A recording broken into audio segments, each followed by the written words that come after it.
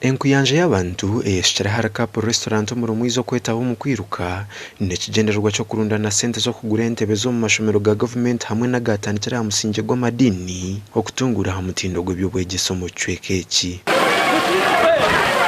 Reverend Father Vincent Mwebaze Kaboyo tebekaniso kwirukoku hashoboririwe amashomero gari kuringa 20 mu gombore nkure ya mwizi abana binje no bashutama hansi na munonga bari yombe bine bya hansi okutandikira hana saro kwikacha kashatu. Twine amashomero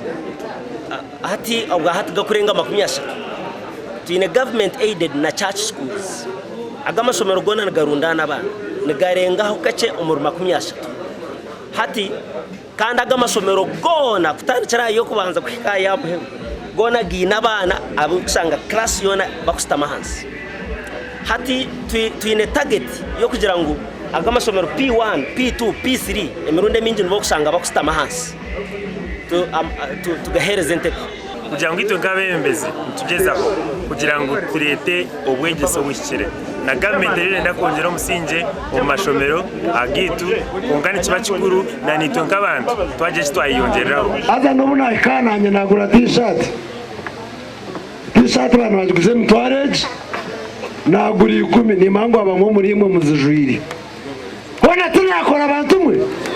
Umunyishengero kazahabwa district Ejumore Musima asimo yorokero kwato habwa abana bari kushwerwa bacari bato na munongo mugombore ya mwizi na munonga ba mwizi numurahuka kurugo mu mashomero mujye mwirukanga muza kushwerwa aza nikinsasa ushangwa mwana ahekira umwana mugenzi rero go mwana na wazarwa na washomaho kake na wazara na waheko ndijo mwana ushangwa mwana ayino mwijukuru ogunasha babaziro kureka abana babishiki bakashoma bakabona kuba bo mu gashonyensya kwa twine vice president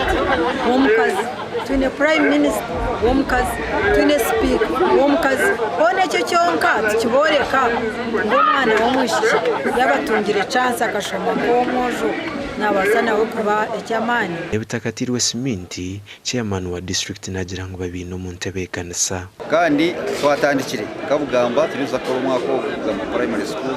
za Karora za Katabonwa izurion sa kuzikora kimwe okurugera har Father Kaboyi okwiruka kuno kugumana kubaho buri mwaka kandi n'emyaka ndijwe berne bija kwirukangira byobwegiso mu gomboreje